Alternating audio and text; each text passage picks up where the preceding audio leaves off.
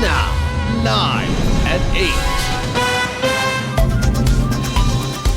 ආයිබෝවන් එක්වන් අදත් ඇත්ත දැනගන්න ලංකාවේ අංක එකේ සමබරතොදුරු ප්‍රකාශය live at 8. අදත් ඔබ හමුවන මම සජිත් රණසිංහ. මම ෆාතිමා නස්රින්. අපි අදත් මුලින්ම බලමු ප්‍රධාන පුවත් සිරස්තල. කාබනික පොහොර භාවිතයට එළඹීමේදී අභියෝග නොතකා පෙරට යා යුතුයි. ජනපති කියයි. මේක දුෂ්කර වුණාට බැනුම් අහගෙන හරි ජනතාවට මේක කියලා දෙන්නට ඕන. කියලා ඉලකුවත් ගුටි කාලා හරි වැඩේ කරන්න ඕන. අදත් කොවිඩ් ආසාදිතයින් 2123 දෙනෙක්. සයිනෝෆාම් එන්නතේ දෙවන මාත්‍රාව ලබා දීම අද කොළඹින් ආරම්භයි. නැවතත් රනිල් එන කතාබහ මැද විපක්ෂයේ මන්ත්‍රීවරු විපක්ෂ නායකට සහාය දෙන යෝජනාවක් සම්මත කරයි. අපේ සමගි ජන බලවේගය තුල යම් බෙදීමක් තිබෙනවා කියලා කටකතා සහ සමාජ මාධ්‍ය හරහා ප්‍රචාරයක් අරන් ගිහලා තිබුණා. ඒක අසත්‍යයක්. තන මතක තියාගන්න ඕන ආසන 40ටත් තුම අගමැති වුණා. මොලේ අර අමාරුව වසංගත විදියට පැතිරෙන්නේ නැහැ නේ. හැමෝටම එකවර. එහෙම නැති මේ 54 දෙනාගේ පිටකොඳු නැති ඒවු. ගිනිගත් නෞකාවෙන් දීවරයින්ට සිදු වූ හානිය සම්බන්ධයෙන් සමගි ජන බලවේගයෙන් මානව හිමිකම් කොමිසමට පැමිණිල්ලක්. කොවිඩ් ආසාදිතයින්ගේ නිවෙස්වලට ගොස් ප්‍රතිකාර කළ ව්‍යාජ දොස්තරටත් කොවිඩ් ආසාදනය වෙයි. ඔහුගෙන් ප්‍රතිකාර ලැබූ රෝගීන්ටත් PCR. එංගලන්ත තරඟ සංචාරයට පැය කිහිපයකට පෙර ශ්‍රී ලංකා සංචිතය එළියට.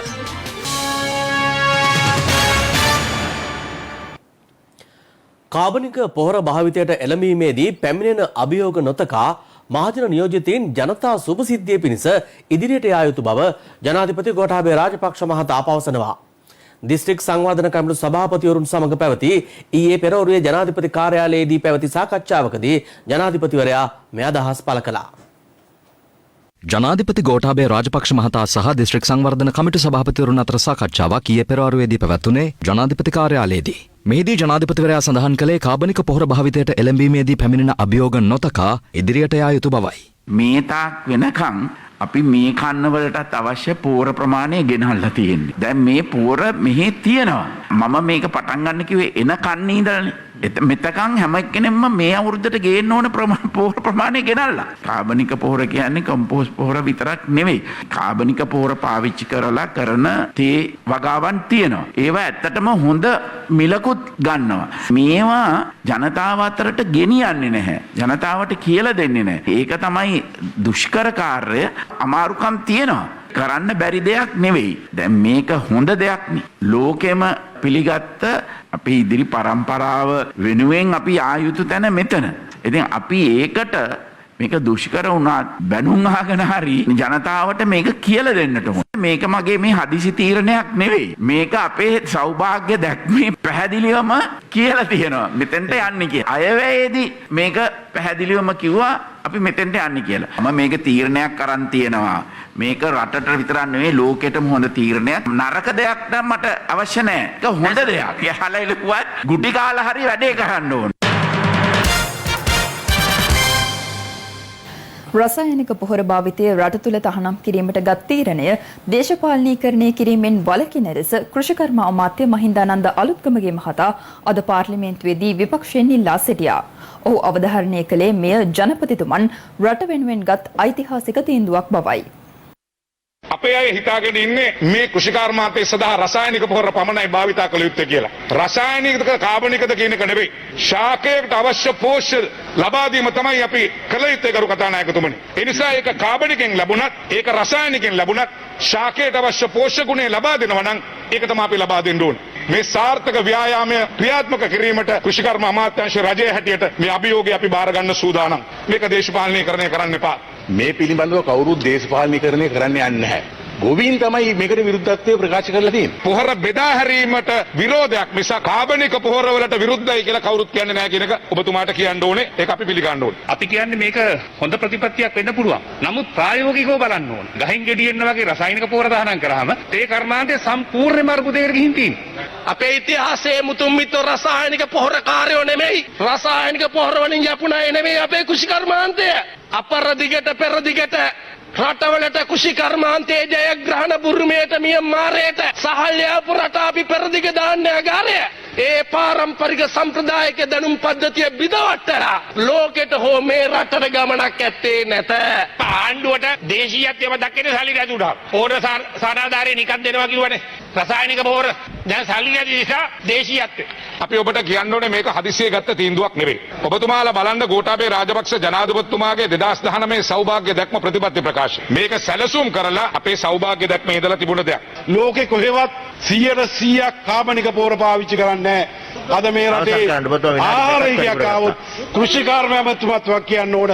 අද කෘෂිකාර්ම අමාත්‍යාංශයේ ලේකම් අයිංගලා දෙවනි ලේකම් මහින්දානන්ද අලුත්ගමගේ ඇමතුමාගෙන් ප්‍රශ්නයක් අහන්න ඕනේ. සාමාන්‍ය මිනිස්සු දවස ගානේ යට ඇඳුම් මාරු කරනවානේ.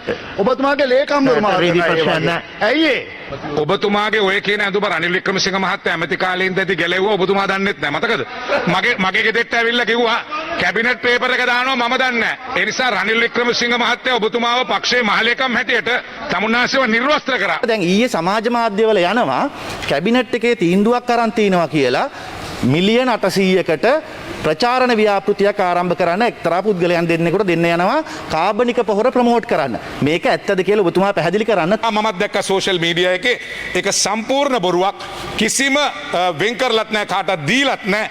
ඒක ඔබතුමාගේම සමාගමෙන් එළියට දාපු එකක්. ඒ නිසා මම ඉල්ලීමක් කරනවා මේ වගේ තුට්ටු දෙකේ වැඩ කරන්න එපා.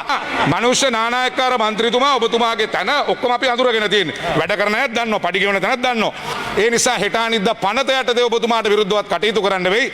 ඒ නිසා ඔබතුමාගේ සමාගමෙන් මේ වගේ මඩ ගහන්න එපා. කිසිම මීඩියා කැම්පේන් එකකට මම සල්ලි දීලා නැහැ. දැන් මගේ මාධ්‍ය ව්‍යාපාරයක් තියෙනවා කියලා මෙතුමා කිව්වා සමාජ මාධ්‍ය.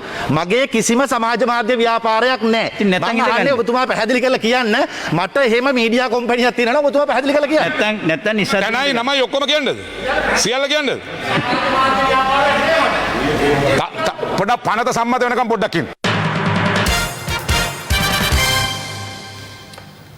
සංචරණ සීමා පැවති අද අත්‍යවශ්‍ය සේවා සඳහා කොළඹට ඇතුළු වන රථවාහන හඳුනා ගැනීමට ආරම්භ කළ ස්ටිකර් ක්‍රමවේදයක් ඊයේ සිට ක්‍රියාත්මක කෙරුණා. කෙසේ වෙතත් ස්ටිකරය ලබාගත් අද අවශ්‍ය වහොත් එම රථවාහන පරීක්ෂා කිරීමට එය බාධාවක් නොවන බවයි පොලිසිය පවසන්නේ. අත්‍යවශ්‍ය සේවා සඳහා කොළඹට ඇතුළු වන රථවාහන සඳහා ස්ටිකර් ක්‍රමවේදයක් ඊයේ සිට ආරම්භ කෙරුණා. අදාළ ස්ටිකර් ක්ෂේත්‍ර 11ක් මුල් කර ගනිමින් වර්ණ 11කින් සමන්විත අතර කොළඹ නගරයට ඇතුළු වන ස්ථාන 52කදී ඊයේ සිට මෙම ස්ටිකර් ඇලවීම සිදු කර තිබෙනවා. අදාළ රථයේ ගමන් ගන්නා පුද්ගලයන් සංඛ්‍යාවද මෙම ස්ටිකරේ සටහන් කර තිබුණා. මේ අතර ඊයේ උදෑසන පැය 3ක කාලයක් තුළ කොළඹට ඇතුළු වන රථවාහන සම්බන්ධයෙන් විශේෂ සමීක්ෂණයක් සිදු කළ බව පොලිස් මාධ්‍ය ප්‍රකාශක නියෝජ්‍ය පොලිස්පති නීතිඥ අජිත් රෝහණ මහතා ප්‍රකාශ කළා. උදෑසන 6:30 9:30 අතර කාල පරිච්ඡේදය තුල කොළඹ නගරයට වාහන 78022ක් පමණ ඊයේ දිනේදී පැමිණ තිබෙනවා. ඒ වගේම මේ පැමිණි වාහන වලින් වාහන 20397ක්ම මූල්‍ය ආයතන බැංකු වල සමාජිකයන් ප්‍රවාහනය කළ වාහන. ඒ අතරින් වාහන 9716ක් සෞඛ්‍ය අංශයට අයත් වාහන. එමෙන්ම වාහන 8250ක් යුද හමුදා පොලිසිය ඇතුළු ආරක්ෂක හමුදාවන්ට අයිති වාහන. එමෙන්ම කිසිම හේතුවක් නොමැතිව ඊයේ මෙම කාල පරිච්ඡේදය තුල කොළඹ නගරයට ඇතුළු කිරීමට උත්සාහ කළ වාහන 976ක් පමණ ආපසු හරවා යවා තිබෙනවා. පනවා ඇති සංචාරණ සීමා සැලකිලිට ගනිමින් සෞඛ්‍ය අංශ විසින් නියම කර ඇති මාර්ගෝපදේශ සහ විධිවිධාන තරයේ අනුගමනය කරමින් අත්‍යවශ්‍ය බැංකු සේවා අඛණ්ඩව පවත්වාගෙන යන ලෙසට බලපත්‍රලාභී බැංකුව වෙත ශ්‍රී ලංකා මහ බැංකුව උපදෙස් දී තිබෙනවා. සෞඛ්‍ය සේවා අධ්‍යක්ෂ ජෙනරාල්වරයාගේ සහ පොලිස්පතිවරයාගේ එකඟතාවය මත මෙම නියෝගය නිකුත් කරන බවයි ශ්‍රී ලංකා මහ බැංකුව පවසන්නේ. මේ අතර ජුනි මාසයට අදාළ විශ්‍රාම වැටුප් අනිද්දා සිට ලබා දීමට කටයුතු සූදානම් කර තිබෙනවා. අදාළ විශ්‍රාම වැටුප් ලාභීන් නියමිත බැංකුව වෙත රැගෙන යාමට අවශ්‍ය ප්‍රවාහන පහසුකම් සැපයීමට ත්‍රිවිධ හමුදාව සියලු විධිවිධාන යොදවා ඇති බවයි යුද හමුදාපති ජෙනරල් ශවේන්ද්‍ර සිල්වා මහතා සඳහන් කළේ. ඒ අනුව විශ්‍රාම වැටුප් ගෙවීම් සිදු කරන බැංකුද විවෘතව තැබෙනු ඇති. මේ අතර ජෛව ආරක්ෂිත බුබුලක් යටතේ පසුගියදා මෙරටට පැමිණි ප්‍රංශ නාවිකයින් පිරිස අද යාල ජාතික වනෝද්‍යානයේ සංචාරයක නිරත වුණා. ඒ සඳහා ප්‍රංශ නාවික නිලධාරීන් 71 දෙනෙකු සහභාගී වූ බවයි අප වාර්තාකරු සඳහන් කළේ. කෙසේ වෙතත් මෙලෙස සංචාරකයන් පැමිණියද එමගින් තෝරාගත් පිරිසකට පමණක් සෙත සැලසෙන බවට වන චෝදනාවක්ද සෆාරි ජීප් රථ රියදුරකු මෙලෙස ඉදිරිපත් කළා. අපිට මුලින් තොරතුරු ලැබෙනවා සංචාරක කණ්ඩායමක් එනවා කියන එක. පසුව අපි මේකට තිස්සමාරාම සහ කතරගම ජීප් රථ සංගම් සමාජිකයෝ විරුද්ධතාවයක් දක්වනවා. මොකද මෙහි අවදානමක් තියෙන නිසා මීට කලින් අපි යුක්‍රේන සිද්ධියේදී අපිට නිරෝධායනට ලක් වෙන්න සිද්ධ වුණා නොහිතූ විදියට. මේ අතර නිරෝධායන නීති උල්ලංඝනය කරමින් නීති විරෝධී මත්පැන් බෙදාහැරි පුද්ගලයන් දෙදෙනෙකු කළුතරදී අත්අඩංගුවට ගැනීමට කළුතර කොට්ටාස අපරාධ විමර්ශනාංශය කටයුතු කර තිබෙනවා. මානව හිමිකම් සම්බන්ධයෙන් ක්‍රියාත්මක ආයතනයකට අදාළ නාම පුවරුවක් සහිත මෝටර රථයකින් ඔවුන් මෙම මත්ජාවාරම සිදු කර ඇති බවයි පොලිසිය සඳහන් කළේ. මේ අතර මෙරට ක්‍රියාත්මක ආරක්ෂක සහ සුරක්ෂිත පළමු මට්ටමේ හෝටල්වල නේවාසිකව සිටින විදේශීය සංචාරකින් සඳහා එම හෝටල් සඳහා නිකුත් කර ඇති සුරාබදු බලපත්‍ර ක්‍රියාත්මක කිරීමට සීමිත අවසරයක් ලබා දී තිබෙනවා. නිවේදනයක් නිකුත් කරමින් සුරාබදු කොමසාරිස් කපිල කුමාරසිංහ මහතා සඳහන් කරන්නේ මෙම අවසරය එම හෝටල් වලට පිවිසෙන දේශීය සංචාරකයන් හෝ අමුත්තන් සඳහා අදාළ නොවන බවයි. කොවිඩ් වසංගතයේ මධ්‍යයේ වුවද පෝට් සිටි නගරය පදනම් කර රටෙහි හැරවුම් ලක්ෂයක් සටහන් කිරීමට හැකිවනු ඇතැයි අග්‍රාමාත්‍ය මහින්ද රාජපක්ෂ මහතා පවසනවා. 2021 ශ්‍රී ලංකා ආයෝජන සංසදයේ දෙවන දින සමාරම්භක උත්සවයට ඔන්ලයින් ක්‍රමයට එක්වෙමින් අග්‍රාමාත්‍යවරයා මේ අදහස් පළ කළා. ශ්‍රී ලංකා ආයෝජන මණ්ඩලයේ කොළඹ කොටස් වෙළඳපළ සහ ලංකා වාණිජ්‍ය මණ්ඩලයේ එකමුතුව ශ්‍රී ලංකා ආයෝජන සංසදය 2021 සංවිධානය කර තිබෙනවා. එහි දෙවන දින සමාරම්භක උත්සවයට අග්‍රාමාත්‍ය මහින්ද රාජපක්ෂ මහතා එක් වුණා. 2020 වසරේදී අප නැවත රජය බාරගත් පසුව මුළු ලෝකයම වෙලාගත් කොවිඩ් වසංගතයට අපට මුහුණ දෙන්න සිදු වුණා. ඒ බලපෑම් නිසා අප රටද පසුබෑමකට ලක් වෙමින් අපේ රටේ දළදේශීය නිෂ්පාදිතය ඇමරිකානු ඩොලර් බිලියන 80 දක්වා අඩු වුණා. රටක් හැටියට මෙම බැරෑරුම් තත්ත්වයට දිගින් දිගටම මුහුණ දෙමින් අප රට නැවතත් කඩිසර වැඩමීමක් බවට පත් කරන්න අපට දැන් අවශ්‍යයි. ඒ අනුව අප රට නැවත 6% පමණ වර්ධන වේගයක් ඉක්මවා යන මාවතකට අපි දැන් යොමු වෙමින් සිටිනවා. ඒ සඳහා ප්‍රාග්ධන ආයෝජන සැලකිය යුතු ලෙස පුළුල් කිරීමට අවශ්‍යයි. යටිතල පහසුකම් සංවර්ධනයට මෙන්ම ආර්ථිකයේ නිෂ්පාදිත ධාරිතාවය පුළුල් කිරීම සඳහා වැඩි ආයෝජනයක් අවශ්‍ය බවද අපි දන්නවා. නව පෝට් සිටි නගරය පදනම් කොටගෙන ඊළඟ අවුරුදු 5 තුළදී අප රට තුළට අවම වශයෙන් ඇමරිකාන් ඩොලර් බිලියන 15ක පමණ ආයෝජන ආකර්ෂණය කර ගැනීමට අපි දැන් කටයුතු කරගෙන යනවා. මේ අතර ආරක්ෂක මාණ්ඩලික ප්‍රධානී යුද හමුදාපති ජෙනරල් ශවේන්ද්‍ර සිල්වා මහතාද ශ්‍රී ලංකා ආයෝජන සංසදය ඇමතුවා. මෙම සම්මන්ත්‍රණයට රටවල් 65කට අධික සංඛ්‍යාවක නියෝජිතයින් මාර්ගගත තාක්ෂණය ඔස්සේ සම්බන්ධ වුණා. The government, under the visionary leadership of His Excellency the President, initially identified economic indicators to keep the momentum of the economy whilst battling with the pandemic. The basis for this is preserving the conducive environment for economic activities, scaling from daily wage earners to large-scale factories, especially the apparel sector that largely contributes to the country's economy. Small country like us cannot lock down for a long period. I think we have been so far able to maintain the higher potential to engage in economic activities during this pandemic. This is where the local and external investors must give a significant thought.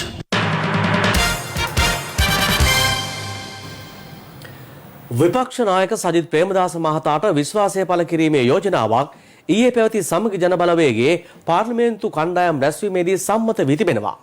සමගි ජනබලවේගය තුළ යම් බෙදීමක් ඇති බවට පැතිර යන කටකතා සහ සමාජ මාධ්‍යවලට ප්‍රතිචාරයන්ට ප්‍රතිචාරයක් ලෙස මෙම ක්‍රියාමාර්ගය ගත් බවයි සමගි ජනබලවේගයේ විධායක නිලධාරී පාර්ලිමේන්තු මන්ත්‍රී අජිත් පී පෙරේරා මහතා පැවසුවේ.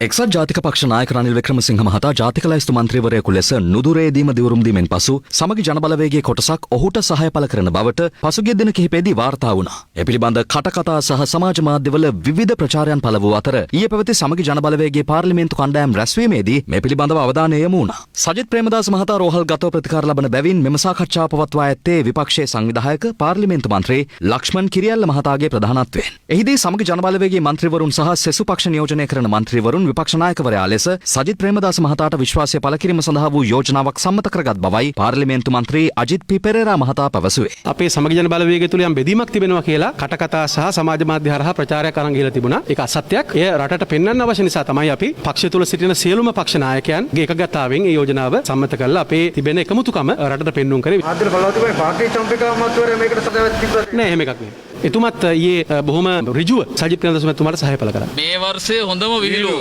අපි සමගි ජන බලවේගය හදාගෙන එළියට ආවේ අය ඩීල් දාන්නවත් සෙල්ලම් කරන්නවත් නෙවෙයි. ඔයාලට ගමේ කියන්නේ මෝඩ චූන් කියලා. මතක තියාගත්තට කමක් නැහැ රනිල් වික්‍රමසිංහ කියන්නේ කෘතහස්ත දේශපාලන නායකයෙක්. ඒ නිසා සජාතිය පක්ෂයට එක ආසනයයි තියෙන්නේ. හොඳට මතක තියාගන්න ඕන ආසන 40ටත් තුමා අගමැති වුණා. තනි ආසනයටත් දේශපාලන විද්‍යාව අනුව ඕනනම් අගමැති වල ජනාධිපති වෙන්න පුළුවන්.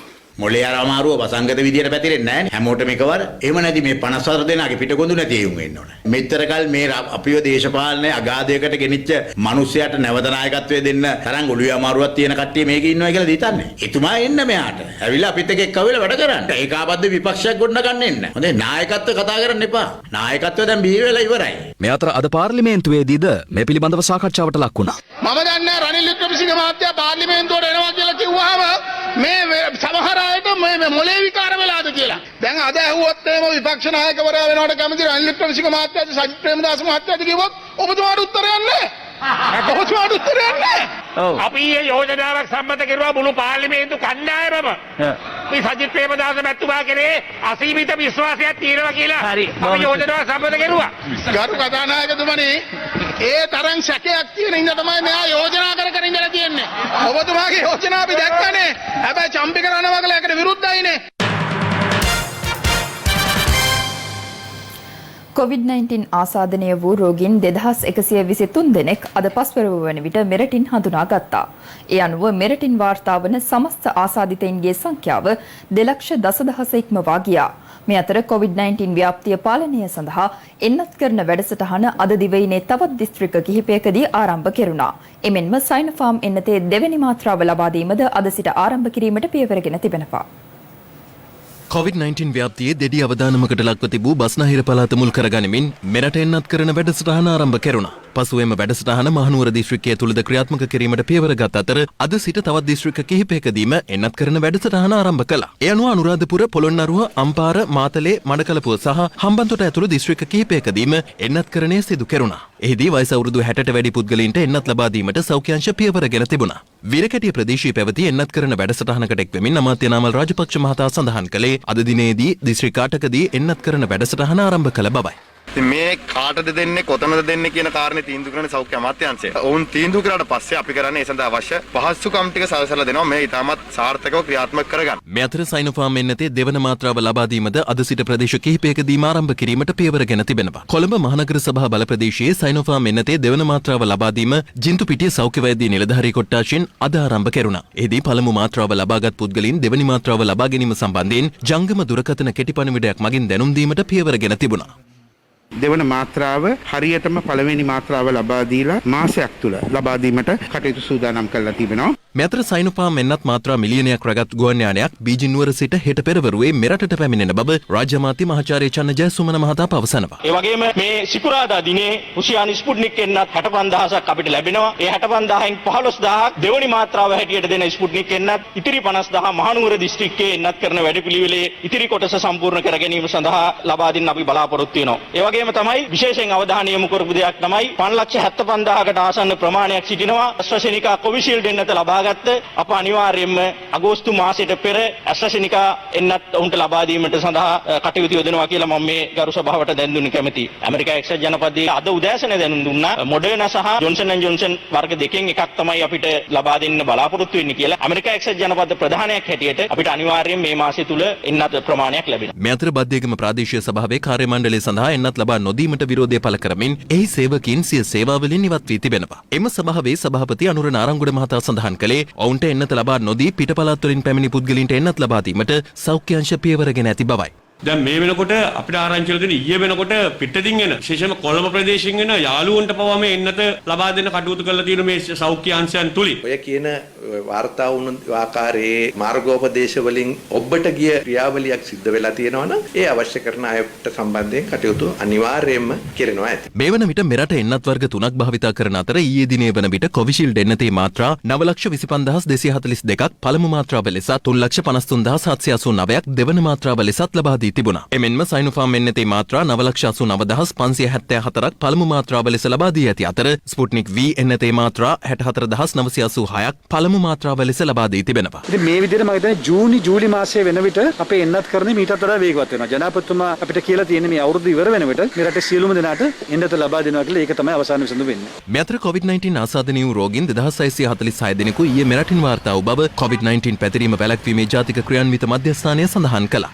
එම ආසාදිතයින්ගෙන් වැඩිම පිරිසක් ගම්පහ දිස්ත්‍රික්කයෙන් වාර්තා වූ අතර එම සංඛ්‍යාව 444ක්. කොළඹ දිස්ත්‍රික්කයෙන් ආසාදිතයින් 414 දෙනෙක්, රත්නපුර දිස්ත්‍රික්කයෙන් ආසාදිතයින් 392 දෙනෙක් හඳුනාගෙන තිබුණා. සෙසු ආසාදිතයින් කළුතර, මහනුවර, යාපනය ඇතුළු දිස්ත්‍රික්ක 25න්ම වාර්තා වුණා. මේ අතර COVID-19 ආසාදිත මරණ 47ක් සෞඛ්‍ය සේවා අධ්‍යක්ෂ ජෙනරාල්වරයා විසින් ඊයේ තහවුරු කළා. එම මරණ පසුගිය මැයි මාස 17 වෙනිදා සිට පසුගිය 6 වෙනිදා දක්වා වාර්තා වී තිබුණා. ගෙවුණු දිනයේදී මරණ වාර්තා වූ බවට තහවුරු කරගෙන නැහැ.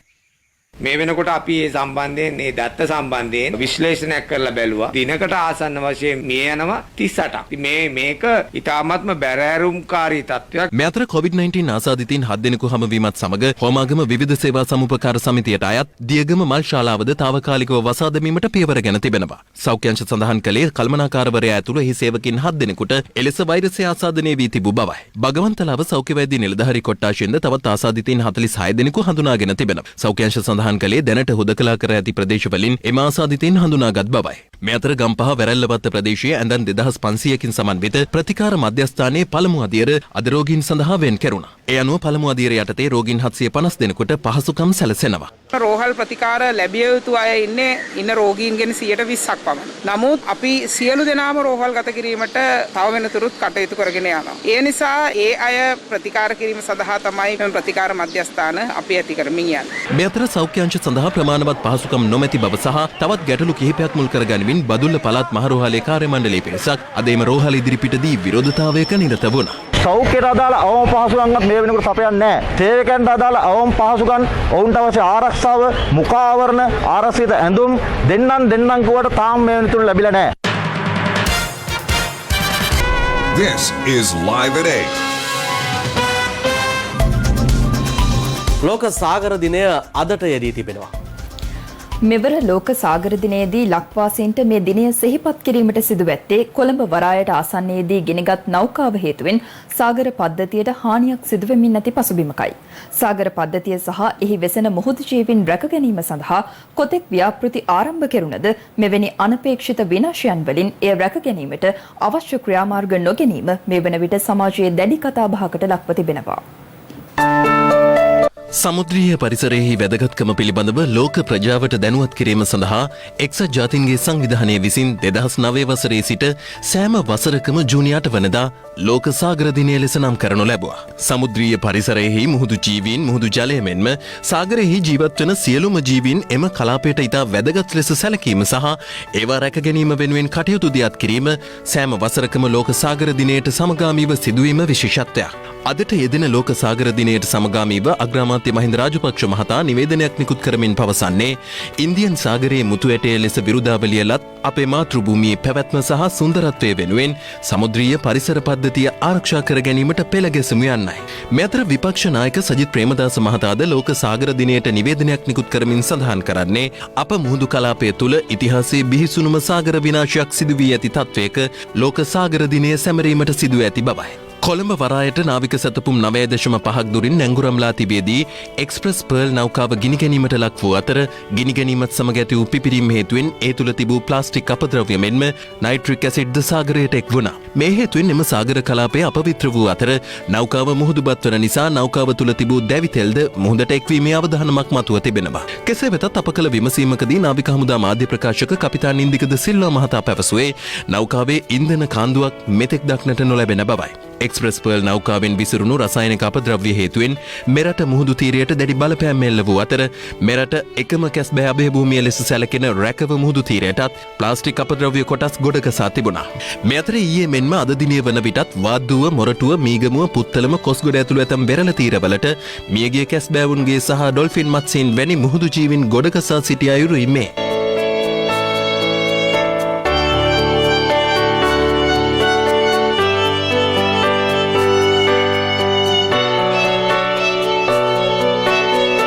මෙලෙස අසාමාන්‍ය ලෙස මියගිය මත්ස්‍යයන්ගේ සිරුරු වෙරළ තීරයන්ට ගොඩ ගැසීම ගිනිගත් නෞකාවෙන් නිකුත් වූ රසායනික ද්‍රව්‍ය හේතුවෙන් ඇතිවේද යන්න පරීක්ෂා කිරීමට සමුද්‍රීය පරිසර ආරක්ෂණ අධිකාරිය විමර්ශන ආරම්භ කර තිබෙනවා.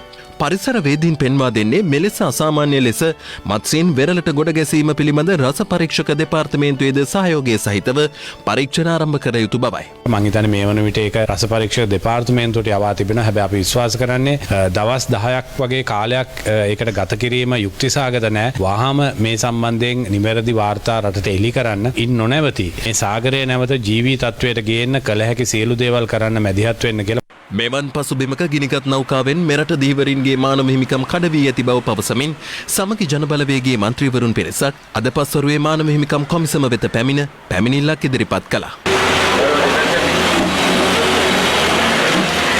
නාස්තික පත්තික නෞකාව නිසා අපේ රටේ ජීවර ජනතාවටත් පරිසරයටත් අපේ රටේ ආර්ථිකයටත් සාර ලෙස දරා ගන්න බැරි පාඩුවක් සිදු වෙලා තියෙනවා. මේ සම්බන්ධයෙන් අද පාර්ලිමේන්තුවේදීද අදහස් පළ වුණා. වරාය ඇමතුමාගෙන් අහන්නේ දැන් ඔබතුමා වරාය ඇමතිවරයා විදිහට මේ පාර්ලිමේන්තුවට ප්‍රකාශ කරන්න ඕනේ මේ එක්ස්පර්ට් නැවේ වන්දිය ඔබතුමා කතා කරන්න දීවර ජනතාව ගත්තොත් ගරු මන්ත්‍රීතුමනි දීවර ක්ෂේත්‍රයේ කණ්ඩායම් 23ක් ඉන්න පල්ලෙහාට ගලාගෙන එනකොට අවසානයේ කරෝල ටිකක් වේලන කෙනත් මේකට බලපානවා. එතකොට මේ සියලු දෙනාගේ පළමුවෙන්ම ෂණිකව ලබා ගන්න වන්දිය බවටපත් වෙන්නේ මේකෙන් ආපදාවටපත් වෙච්ච අය. ඒ විතරක් නෙවෙයි අපේ වෙරළ කුෂණය වෙලා තියෙනවා නම් ඒ වෙනුවෙන් වන්දි ලබා ගන්න. ඒකට අවශ්‍ය කරන ජාත්‍යන්තර නීතිඥ නීති විශේෂඥයන්ව අපි ලබා ගන්නත් කටයුතු කරමු.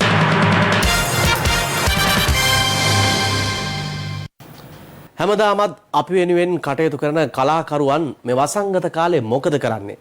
ඒ ගැන පොඩ්ඩක් හොයලා බලන්න අපි පහුගිය දවස් ටිකේම කටයුතු කෙරුවා. ඒ නිසාම අදත් අපි ඔවුන් සොයාගෙන ඔවුන්ගේ නිවෙස් වලටම ගියා. මේ ගමනට අපිත් එක්ක නාටකම්කාරයෝ නාට්‍ය තුලින් අතිශය ජනප්‍රියත්වයට පත් රංගන ශිල්පී සජිත අනුත්තරත් එකතු වුණා. ඔහුත් එක්ක අද අපි මුලින්ම ගියේ ප්‍රවීණ දක්ෂ රංගන ශිල්පියෙකු වූ උදේනි අල්විස් මහතාගේ නිවසට. මේක අදහස පහළ වෙච්ච විදිහ. ඒකට බොහොම සතුටුයි. ඊට පස්සේ අපි ගියේ තවත් ප්‍රවීණ රංගන ශිල්පිනියක් වූ රමණි ෆොන්සේකා මහත්මියගේ නිවසට. ඊට පස්සේ මාලි ජයවීර රංගන ශිල්පිනියගේ නිවසටත් අපි පැමිණියා. ස්තුතියි හැමෝටම අපි මතක් වෙච්ච එක ගැන. අනතුරුව ප්‍රවීණ රංගන ශිල්පියෙකු වූ දේවින්ද මාක්ස් මහතාගේ නිවසටත් පැමිණීමෙන් අනතුරුව අපි ගියේ ප්‍රවීණ රංගන ශිල්පිනී ශ්‍රියානි මහවත්ත මහත්මියගේ නිවසට. මේ වගේ ඉඩයක් වුණත් මම හිතන්නේ මේ වෙලාවේ හුඟක් වටිනවා. ඉතින් අද මට පුදුමාකාර සතුටක් සහනයක් දැනෙනවා. ඉතින් ඒක නිසා thank you ස්වර්ණවාහිනී. කලාකරුවන්ගේ දුක සැප හොයලා බලන මේ ගමනේ අද දවසේ අපගේ අවසන් නවාතැන්පොළ බවට පත් වුණේ ප්‍රවීණ රංගන ශිල්පී ගීතාල් පෙරේරා මහතාගේ නිවස. නාටකම්කාරයෝ නාට්‍යයේ සරාගේ තාත්තා. මතක් නෑ බොහොම ස්තුතියි ස්වර්ණවාහිනියට උන්වහන්සේලා ඔක්කොටම. මේ විදිහටම හෙටත් අපේ රටේ කලාකරුවන්ගේ සුවදුක් විමසන්න ඔවුන්ගේ නිවෙස් වලටම තෑගි බොගත් අරගෙන යන්න අපි සූදානම්.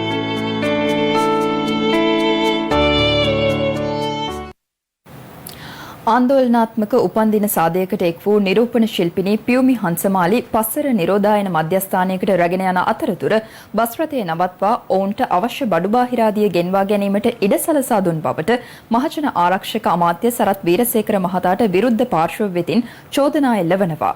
ඒ පිළිබඳව අමාත්‍යවරයා අද පාර්ලිමේන්තුවේදී පැහැදිලි කිරීමක් කළා. දිවයිනේ ප්‍රසිද්ධ රූපලාවන්‍ය ශිල්පියෙක් ඇතුළු පිරිසක් පොලිසිය විසින් අත්අඩංගුවටගෙන උසාවි ඉදිරිපත් කළ පසු ඔවුන්ට අප ලැබුණා. ඉන්පසු ඔවුන්ව පොලිස් රථයකින් පස්සර නිරෝධායන මධ්‍යස්ථානය වෙත ගෙන යන අතරතුර එක්තරා නීතිඥ මහත්තයෙක් මට දුරකථනයෙන් කතා කොට ඔහුගේ සේවාදායකයින් පොලිස් රථයකින් පස්සරට ගෙන යන බවත් ඔවුන් සතුව ඇත්තේ Taman ඇඳ සිටින ඇඳුම් පමණක් බවත් දින 14ක් නිරෝධායනට ගෙන යන්නේ නම් Tamanගේ බඩු බාහිර දිය ඇඳුම් යනාදිය ගෙන යාමට අවසර නොදීම අසාධාරණ බවත් කියා සිටියා. ඉන්පසු බස් රථයේ සිටි දෙදෙනෙක්ද මට එසේම පැවසුවා. එවිට මා බස් රථයේ ඔවුන්ගේ බාරව සිටි උප පොලිස් පරීක්ෂකවරයාගෙන් විමසී විට ඔහුද එය සත්‍යයක් බව පැවසුවා. ඉන්පසු මා ඔහුට බසය මදකට නතර කරන ලෙස පවසා පොලිස්පතිට සහ ජ්‍යෙෂ්ඨ නියෝජ්‍ය පොලිස්පතිට මේ බව දන්වා නිසි කටයුතු කරන ලෙස උපදෙස් දුන්නා. ඒ අනුව පොලිස්පතිතුමා බස් රථය තලංගම පොලිසියට යවා පිරිස බස් රථයේ සිටියදීම ඔවුන්ගේ ඥාති හිතවතුන්ගෙන් එම පිරිසට තම බඩු බාහිර ආදිය ලබා දී නැවත පස්සර නිරෝධායනයේ මධ්‍යස්ථානය වෙත යවා තිබුණා. පොලිසිය බාර ඇමති ජනාධිපතිවරයා වගේම මහජනතාවගේ නියෝජිතයෙක් ලෙසයි මා කටයුතු කළේ. දින 14ක් නැවතීමට තමාගේ ඇඳිවත පිටින්ම ගෙන යාම අසාධාරණයි, අමානුෂිකයි. ඒට නිසි කටයුතු කරන ලෙස මම පොලිස්පතිට උපදෙස් දුන්නා පමණයි. එය අනුචිත ක්‍රියාවක් කියා කිව හැක්කේ ආත්මාර්ථකාමී කුහක දුෂ්ට මනසක් තිබෙන අයෙකුට පමණයි. තවත් දේශීය පොතක් දැන්.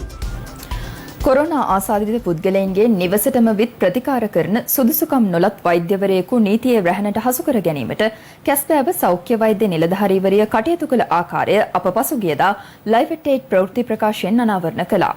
අධිකරණයට ඉදිරිපත් කිරීමෙන් අනතුරුව රක්ෂිත බන්ධනාගාරගත කළ මෙම සුදුසුකම් නොලත් වෛද්‍යවරයාට සහ ඔහුගේ සහායකයාට සිදු කළ PCR පරීක්ෂණයෙන් අනාවරණ වී ඇත්තේ ඔවුන් දෙදෙනාම කොවිඩ් ආසාදිතයින් බවයි. කොවිඩ් ආසාදිත පුද්ගලයන්ගේ නිවසටම පැමිණ ප්‍රතිකාර කිරීමේ නිරතව සිටි සුදුසුකම් නොලත් වෛද්‍යවරයෙකු කොටු කර ගැනීමේ මෙහෙයුමක් ලයිව් ඇට් 8 අනාවරණ කළේ පසුගිය දෙවැනිදායි. කැස්බෑව සෞඛ්‍ය වෛද්‍ය නිලධාරී වෛද්‍ය සමන්තිකා විජයසුන්දර මහත්මිය ප්‍රමුඛ සෞඛ්‍ය නිලධාරීන් පොලිසිය හා එක්ව මෙම වැටලීම සිදු කළා. එහිදී අනාවරණ වූයේ අධික මිලක් අය කර කොවිඩ් ආසාදිතයින්ගේ නිවස්වලට පැමිණෙන මෙම පුද්ගලයා ව්‍යාජ වෛද්‍යවරයෙකු බවයි. ගලන් හරි ඕනෝන එකෙකුට නිර්ධානය කරපු ගෙවල් ඇතුළට එන්නයි යන්න පුළුවන්ද? බැහැ. ඉතින් ආවනේ. ඔයා මොන වැකටි ගෙදිටි? ලංකාව ගාවේ ලංකාවේ නෙමෙයි. කොහෙද? රෂියාවල. කීයකට දැන් ගෙවල් ගියාද කියන්නේ ඔයගොල්ලෝ? අපි දැන් හතරක් කළා. දැන් අන්තිමට බලන්න ගියා ඔයගොල්ලෝ? බොරලස්කමේ ගිහිල්ලා පේෂන්ට් කෙනෙක් බැලුවා. එයා පොසිටිව් කෙනෙක්ද? වෛද්‍ය ලාංඡනය ප්‍රදර්ශනය කරමින් ඔවුන් පැමිණි වෑන් රථය සහ ඒ තුළ තිබූ වෛද්‍ය උපකරණ සහ ඖෂධද පොලිස් බහරයට ගැනුණා. අදාළ වෛද්‍යවරයා හා සහායකයා පසුගිය 3 වෙනිදා කැස්බෑව අධිකරණයට ඉදිරිපත් කිරීමෙන් අනතුරුව ලබන 17 වෙනිදා දක්වා රක්ෂිත බන්ධනාගාරගත කළා. එහිදී සිදු කළ PCR පරීක්ෂණයේදී අනාවරණය වුණේ ඔවුන් දෙදෙනාටම කොවිඩ් ආසාදනය වී ඇති බවයි. ලියාපදිංචි වෛද්‍යවරයෙකුගේ අංකය අවභාවිත කරමින් මෙම සුදුසුකම් නොලත් වෛද්‍යවරයා කහපොළ ප්‍රදේශයේ වෛද්‍ය මධ්‍යස්ථානයක්ද පවත්වාගෙන ගොස් තිබුණා. ඒ අනුව එම වෛද්‍ය මධ්‍යස්ථානයෙන් ප්‍රතිකාර ලබාගත් පිරිස අද දහවල් කහපොළ රෙජිරේල් වත්ත ක්‍රීඩා පිටියට කැඳවා PCR පරීක්ෂණ සිදු කිරීමටයි කැස්බෑව සෞඛ්‍ය වෛද්‍ය නිලධාරී කාර්යාලය කටයුතු කළේ.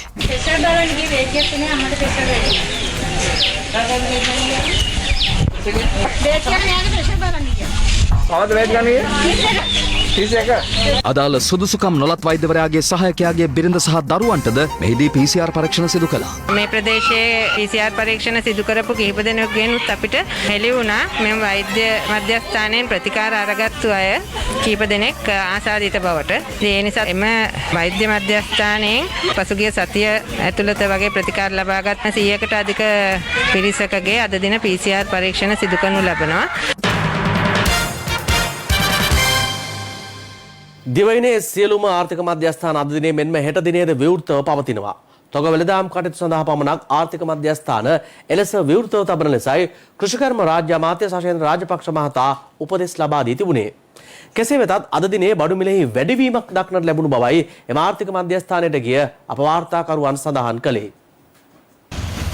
පෑලියගොඩ මැනින් තොග වෙළඳපොළ අද උදෑසන විවෘත කෙරුණේ දින 4කට පසුවයි. අද දිනේ වෙළඳුන් විශාල ප්‍රමාණයක් සිය අස්වනු අලෙවි කිරීම සඳහා මැනින් වෙළඳපොළ වෙත රැගෙන විත් තිබුණා.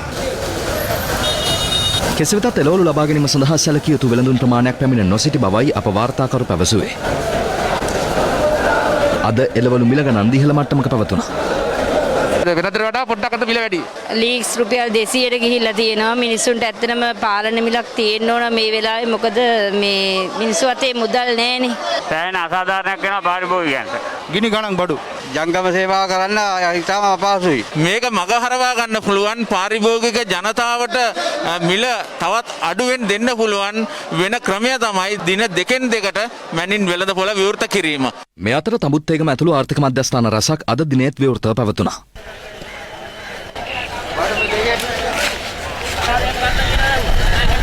පෑලියගොඩ මධ්‍යම මත්ස්‍ය වෙළඳ සංකීර්ණය අද දිනේදී විවෘතව පැවතියද මාළු මිල ගණන් ඉතා පහළ මට්ටමක පැවතුණා. මාළු මිලදී ගැනීම සඳහා වෙළඳුන් සැලකිය යුතු පිරිසක් පැමිණ නොසිටි බවයි අප වාර්තාකරු පැවසුවේ. පසුගිය දින කිහිපයේදී මියගිය මුහුදු ජීවීන් වෙරළට ගොඩ ගැසීමත් සමග එක්ස්ප්‍රස් පර්ල් නෞකාවේ විෂ රසායන ද්‍රව්‍ය මුහුදට මුසු වී ඇති බවට ඇති වූ බිය හේතුවෙන් මේ වන විට ජනතාව මත්ස්‍ය පරිභෝජනයේ නැත් වී ඇති බවයි දීවරයෙන් පවසන්නේ.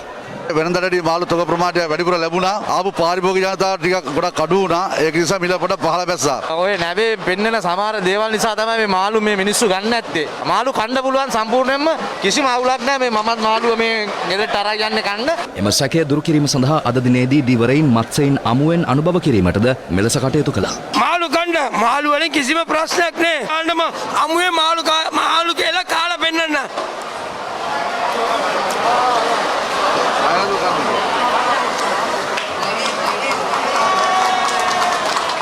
සහෝදර ජනතාවට මං කියන බය නැතුව මාළු කන්න. මේ අතර වැඩිමිලට එළවලු අලෙවි කරන වෙළඳුන් සහ පාරිභෝගික සේවා අධිකාරියෙන් වැටලීම් මේ දිනවල සිදු කරනවා.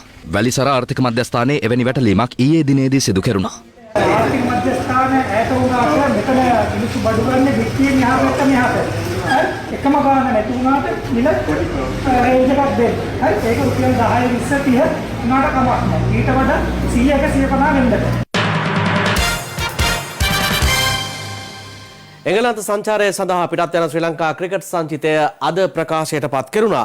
සංචිතය ප්‍රකාශයට පත් කිරීමට ශ්‍රී ලංකා ක්‍රිකට් ආයතනයට මෙතරම් කාලයක් ගත වී තිබුණේ නව කොන්ත්‍රාත් ගිවිසුම් සම්බන්ධයෙන් ඇති වූ ගැටලුවක් හේතුවෙන් බවයි වාර්තා වන්නේ. ඒ සමගින් අපි දැනට ඔබෙන් සමුගන්නවා. ඔබට සුබ රාත්‍රියක්.